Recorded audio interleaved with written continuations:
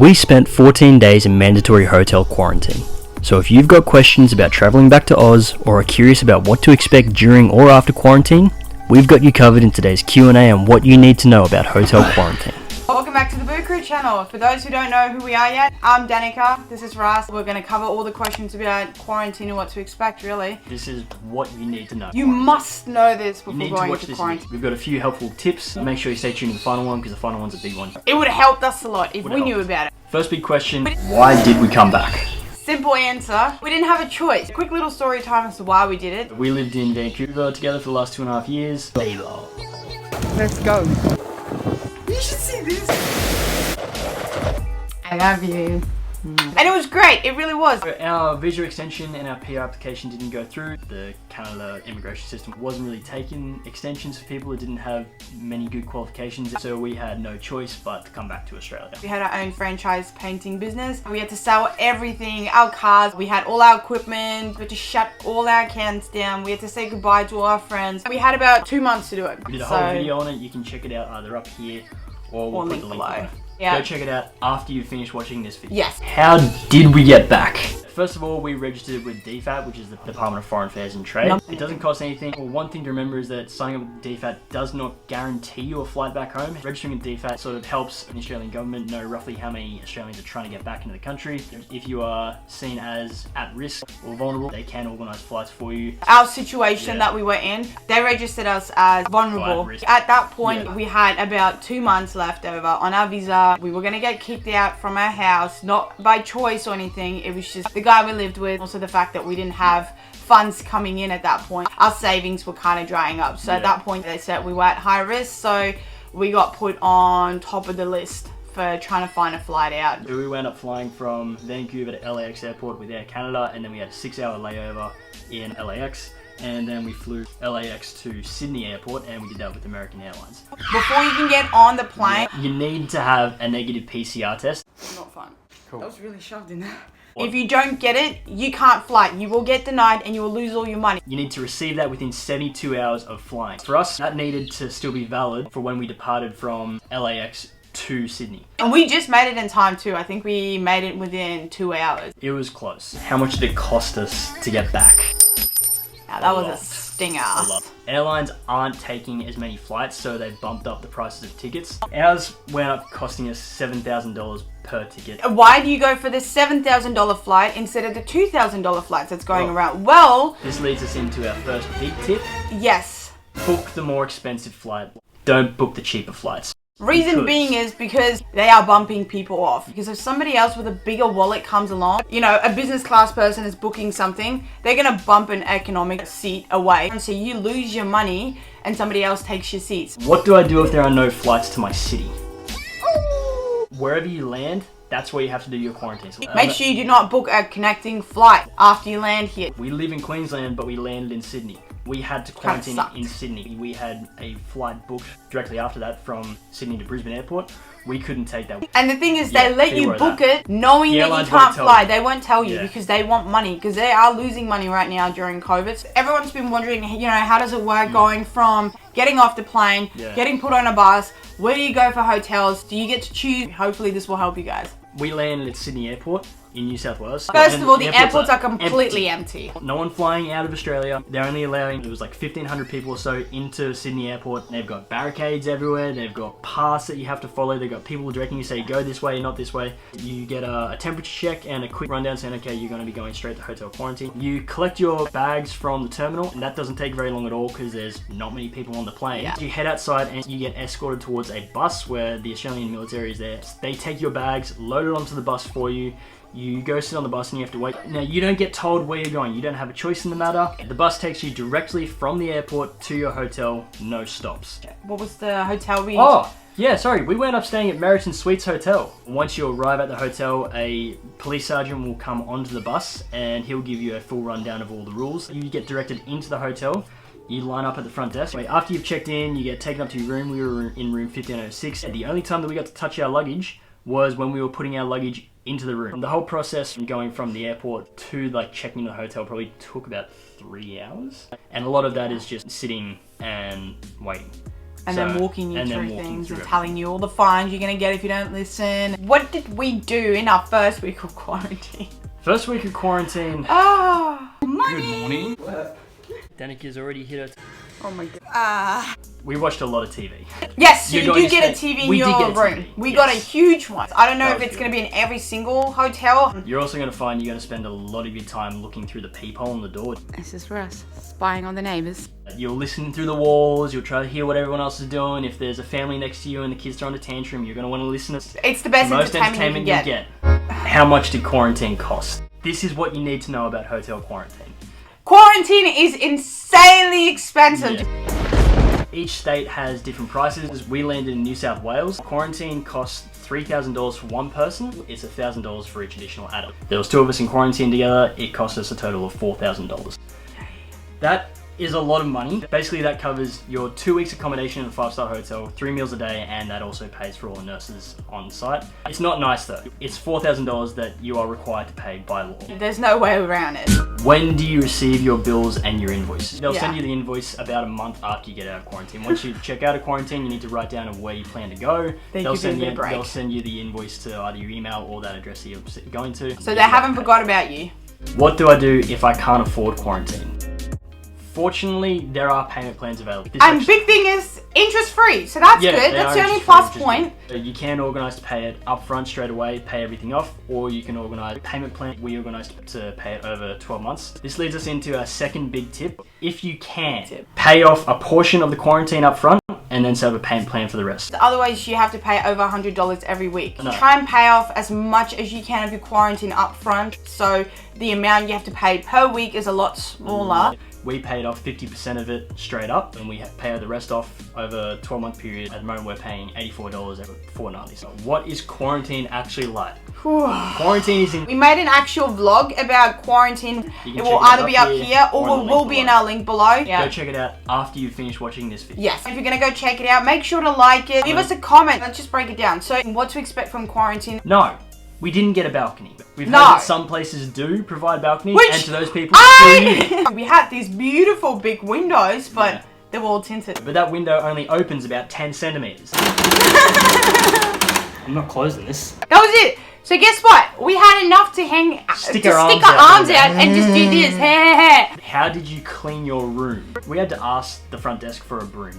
They did provide us with detergent, laundry liquid, shampoo, conditioner, and soap. Toilet paper. So your basics they give to you. So once you run out, and they will give it to you again. But they actually do give you a whole list of things that you can buy from them, and it's very expensive.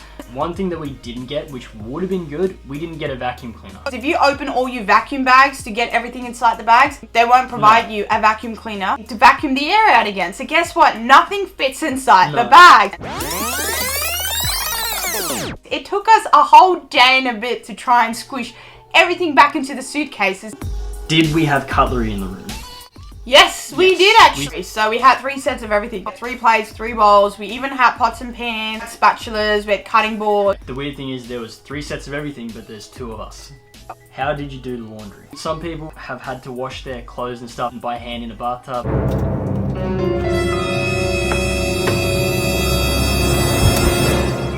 We didn't have to do that. We had a washing machine. That was great. That was good. Can you get takeaway? Yes! You're allowed 1 delivery meal per day. You know, choose wisely. Are you allowed alcohol? Yes, you're allowed alcohol. But there's limits though. There's limits. They don't want you to be drunk. You're only allowed 1 bottle of wine or 6 beers delivered.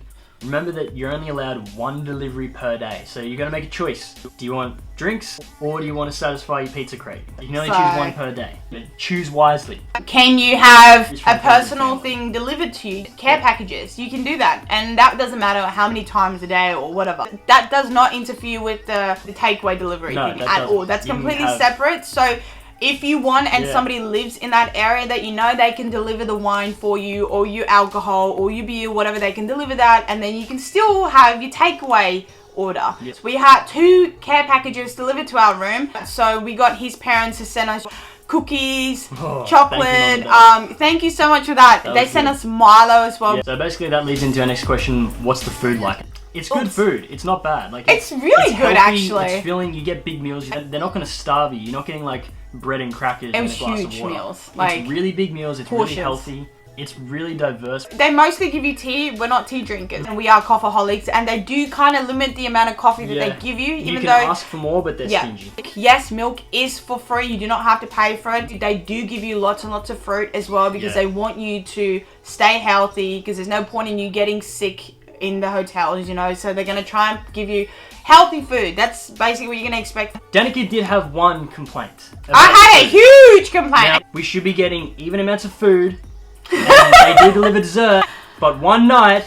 No! You're lying! It was 3 nights in a row. Thank you very much. They only delivered dessert for one person. But first of all, I am paying $4,000 for it, so I want my cake. I want my cake. Yes, I had a complaint. It wasn't enough for me to say, yes, Danica, you can have my cake. No, we need 2 pieces of cake. We needed 2!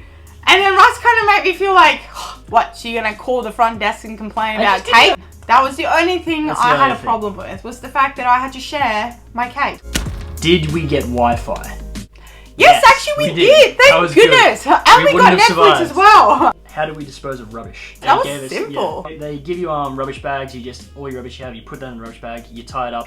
They want to minimize how often you open up the door, so when you pick up your food, just put the rubbish bag out there and then collect your food at the same time. People will come along and collect that later on in the day. What happens if you get nervous inside quarantine? This leads into our big tip number 3. The nurses are there on call 24/7. Call the nurses. When we first got into quarantine, they said, call the nurses if you have any concerns or whatever. They give you a bit of a breakdown. In our experience, something that they could make a bit more specific though is what you need to call the nurses for. Yes, the nurses are there if you're feeling ill or anything like that, or if you have any mental health issues.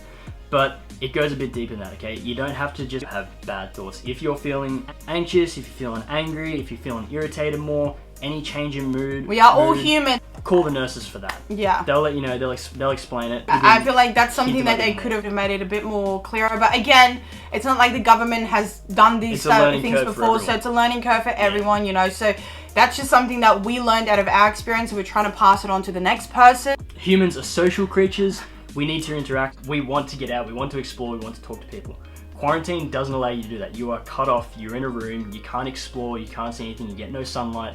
So it is very easy to get into some bad mental habits. So you want to do everything you can to keep yourself busy and keep yourself in a positive frame. If you're going to go into quarantine, plan ahead. They do not provide any activities for you. If you don't have anything planned, it really does get to you. You've got 2 weeks to work on yourself. What is your likes? What's your dislike? What do you want to work on? Is there any bad habits you want to fix? If you like building puzzles, you know, if you're a problem solver, make sure you have things like that on hand. Start a diary if you have to. Start a food diary, go for it. Yeah. If you want to work on fitness, the room we had, luckily enough, was big enough for us. We took jumping ropes with. So that really helped. Every morning I would quickly do a bit of a fitness thing, you know, to just try and get our mental state right. Starts the day right. Yeah. Just do stuff to pass the time and make sure you're doing stuff. Don't just sit there because you do get inside your own head. Yeah. And if you are alone, please make sure you communicate with people outside, you know. If you don't have a phone yourself, there's a phone in the room. Call your friends and family. And yes, you will fight. If you're a couple, old things will pop up and you'll start thinking about it, which is unnecessary. It also helps you to talk through things, work through your issues, you know, become closer as a couple. How many times were you tested for COVID? Well, we got tested 3 times. Generally, you're only meant to be tested 2 times. You're meant to be tested on day 2 and day 12. We got tested 3 times because I got concerned that I was showing some symptoms.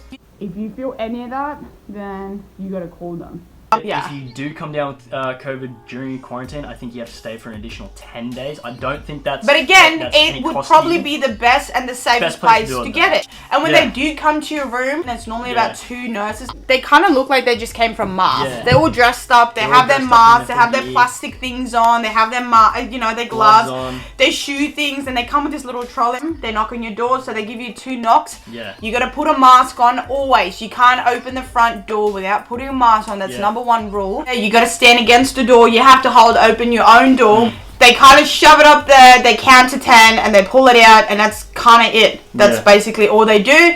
And then you wait 24 hours and then they send you an email, or they just call you. Yeah, because they call you once a day on the phone in the morning between 9 and 10, and they just ask you a bunch of things to see if you're still fine.